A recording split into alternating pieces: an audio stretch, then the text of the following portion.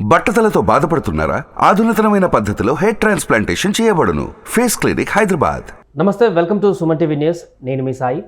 ఆంధ్రప్రదేశ్ ఎన్నికలకు సినిమాలకు రిలేటెడ్గా కొన్ని మధ్యలో చర్చ కొనసాగుతున్న సందర్భాన్ని చూసాం. వ్యూహం సినిమా కానీ, అంతకుముందు యాత్ర 2 కానీ, ఇలా ఆంధ్రప్రదేశ్ రాజకీయాలకు సినిమాలకు కొంత అవినావభావ సంబంధం ఉన్నటువంటి పరిస్థితి.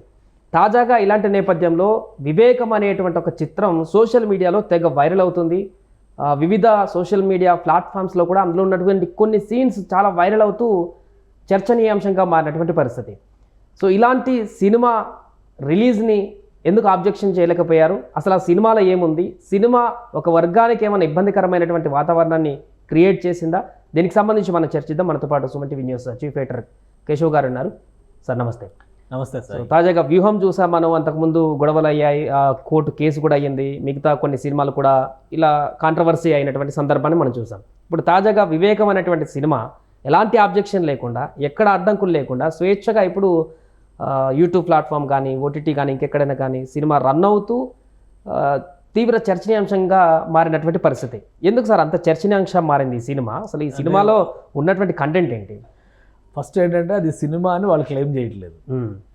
ఒక వీడియో, ఇప్పుడు డాక్యుమెంటరీస్ లాంటివి, ఇవి తీస్తున్నారు కదా ఈ మధ్య, షార్ట్ ఫిలిమ్స్ లాంటివి ఎట్లా తీస్తున్నారో ఆ టైప్లో. ఎందుకంటే సినిమాకి ఉండేటువంటి ఫీచర్స్ ఇందులో ఏమీ లేవు. ఇది ఒక కొన్ని ఇన్సిడెంట్స్ జరిగినవా జరగనవా అలానే ఒక రిపోర్ట్ ఆధారంగా తీసినటువంటి విజువల్ ప్రజెంటేషన్ కింద మనం చూడాల్సి ఉంటుంది. అందుకనే సెన్సార్ బోర్డు దగ్గరికి వెళ్ళేటువంటి ప్రయత్నాలు కానీ, సెన్సార్ పద్ధతిలో వెళ్ళినటువంటి సినిమాగా కానీ దీన్ని క్లెయిమ్ చేయలే. దాన్ని ఒక ఆన్లైన్ ప్లాట్ఫామ్లో చేయాలనుకున్నారు. ఒక ట్రైలర్ రిలీజ్ అయ్యే వరకు కూడా ఆ సినిమా ఒకటి వస్తుందని ఎవరికి తెలియదు. ఎందుకంటే ఇప్పుడు యాత్ర 2 అన్నారు, అది లాస్ట్ టైమే ప్లాన్డ్. ఎలక్షన్స్ ముందర ఇంకో ప్రమోషన్స్ కూడా చేసుకున్నారు అని అది చాలా క్లియర్.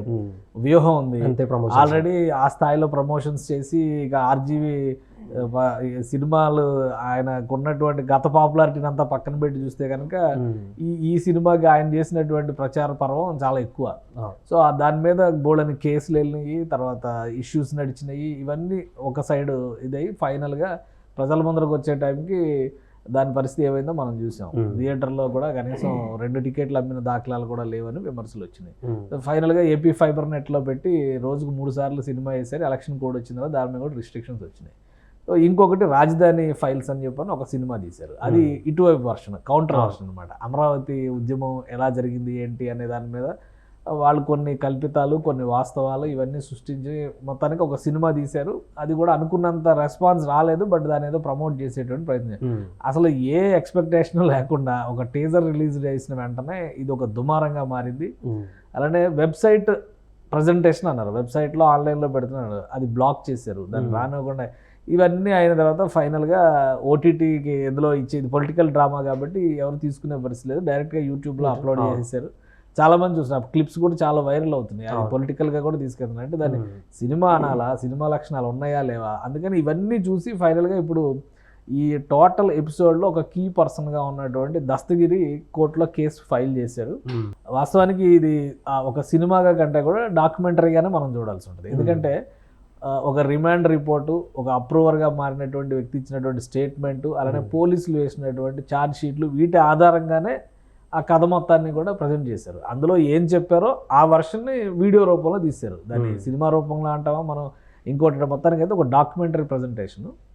అందులో ఇంకొక ఆసక్తికరమైనది ఏంటంటే ప్రతి క్యారెక్టర్ కూడా రియల్ క్యారెక్టర్కి యాప్ట్గా ఉండేటువంటి పర్సన్స్ని ఎంచుకున్నారు. అందులో కూడా ప్రతిసారి ఆర్జీవిని అంటారు కదా, చాలా ఏరుకొస్తాడు, పట్టుకొస్తాడు, తలుచుకుంటే ఎవరైనా తీయగలరు అన్నట్టుగా ఈ సినిమాలో ఇందులో చూపించారనమాట. అది సో అన్ని క్యారెక్టర్స్, ఆ మేనరిజమ్స్ అవన్నీ ఉండేలాగా దాన్ని తీసుకొచ్చి అందులో పెట్టారు. ప్లస్ ఇంకొక మేజర్ పార్ట్ ఏంటంటే ఫ్రీ కంటెంట్ కింద పెట్టేశారు. ఫ్రీ కంటెంట్ అనేసరికి ప్రతి ఒక్కరికి అది యాక్సెసిబిలిటీ వచ్చేసింది. సో అందుకని ఇప్పుడు ఇది ఒక దుమారంగా మారుతుంది, రాజకీయ దుమారంగా మారుతుంది. దీని మీద రిస్ట్రిక్షన్స్ అంటే ఇప్పుడు ఖచ్చితంగా ఎలక్షన్ కమిషన్ డెసిషన్ తీసుకోవడానికి అవకాశం ఉంది. ఎందుకంటే రియల్ క్యారెక్టర్స్ అందులో ప్రజెంటేషన్లో కూడా మారవలేదు, కొన్ని అన్ని ఒకే ఒకటి. అందులో మార్చిన పేరు ఏంటంటే వైఎస్ఆర్సీపీ పేరుని విఎస్ఆర్సీపీ అది ఒకటే మార్చి పెట్టారు. మిగతావన్నీ యాజ్ ఇట్ ఈజ్ పేర్లు. ప్లస్ ఫ్యామిలీ ట్రీని కూడా వైఎస్ రాజశేఖర్ రెడ్డి ఫ్యామిలీ గురించి, వాళ్ళు ఎవరు బంధుత్వాలు ఏంటి, ఎవరు ఎలా కలిసారు, ఈ ఫ్యామిలీ ట్రీతో సహా ఇవన్నీ కూడా కేసులో రిమాండ్ రిపోర్ట్లో వాటిలో వేసినటువంటి నోట్స్లో ఉన్న ఫైల్స్ అవన్నీ లాస్ట్లో మళ్ళీ ఆ ఒరిజినల్ ఫైల్స్ అన్ని చూపించారు. ఆ ఫైల్స్లో ఏవేవి సీన్స్ కింద వాళ్ళు డెవలప్ చేసుకున్నారో అవన్నీ ప్రజెంట్ చేశారు. సో ఇవన్నీ చూస్తే ఒక రకమైనటువంటి అలజడి, రాజకీయంగా దురుద్దేశపూరితంగా ఒక పక్షాన్ని దెబ్బతీసేటువంటి కుట్రతో తీసినటువంటి ప్రజెంటేషన్ అనేటువంటి విమర్శ. సో అదే తరహాలో ఇప్పుడు కేసులో అప్రూవర్గా మారినటువంటి దస్తగిరి దీని మీద కేసు వేసాడు.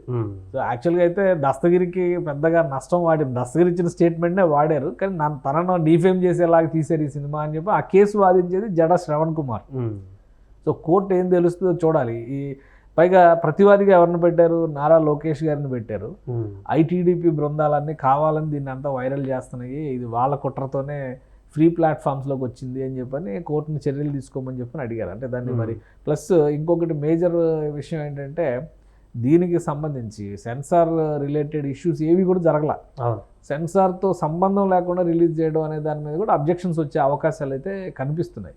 సో కోర్టు ఎలాంటి డైరెక్షన్ ఇస్తుంది, దానికి తగ్గట్టుగా ఎలక్షన్ కమిషన్లో కూడా ఫిర్యాదు చేస్తున్నారు. ఎలక్షన్ కమిషన్ ఏ విధమైనటువంటి చర్యలు తీసుకుంటుంది? ఎందుకంటే ఆల్రెడీ వ్యూహం సినిమాకి సంబంధించి ప్రజెంటేషన్స్ వేస్తున్నప్పుడు ఏపీ ఫైబర్లో జగన్మోహన్ రెడ్డి గారి ఫోటో ఇవన్నీ వాడుతున్నారనే దాని మీద కంప్లైంట్ ఇచ్చినాక అవన్నిటిని రిస్ట్రిక్ట్ చేశారు. సో దీని మీద కూడా కొన్ని రిస్ట్రిక్షన్స్ వచ్చే అవకాశం ఉంది. ఎందుకంటే కొన్ని అవి ఆల్రెడీ వీడియోని తొలగించారు, కొన్ని ప్లాట్ఫామ్స్లో తొలగించారు, కొన్నిట్లో బ్లాక్ చేశారు, యూట్యూబ్లో కూడా బ్లాక్ చేశారు.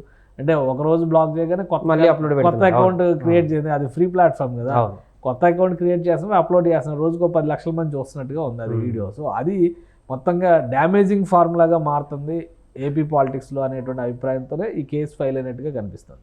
Right sir. సో మొత్తానికి అది వివేకం సినిమా అనేది సోషల్ మీడియా ప్లాట్ఫామ్లో ఇప్పుడు విస్తృతమైనటువంటి వైరల్గా మారుతుంది. ఇన్స్టాగ్రామ్ కానీ, ట్విట్టర్ కానీ, అన్ని ప్లాట్ఫామ్స్లో అందులో ఉన్నటువంటి కొన్ని సీన్స్ చాలా వైరల్ అయిపోతున్నాయి. ఈ నేపథ్యంలోనే అసలు ఈ సినిమాకు ఏ విధంగా దీన్ని అసలు ఎట్లా పబ్లిష్ చేస్తున్నారు, దీనికి సంబంధించినటువంటి రిస్ట్రిక్షన్స్ ఏంటనేటువంటి దానిపైన కూడా చర్చ కొనసాగుతుంది. ఇప్పుడు తాజాగా దస్తగిరి పిటిషన్ వేయడంతో కూడా ఇది ఏ మలుపు తీసుకుందో చూడాల్సిన అవసరం ఉంది.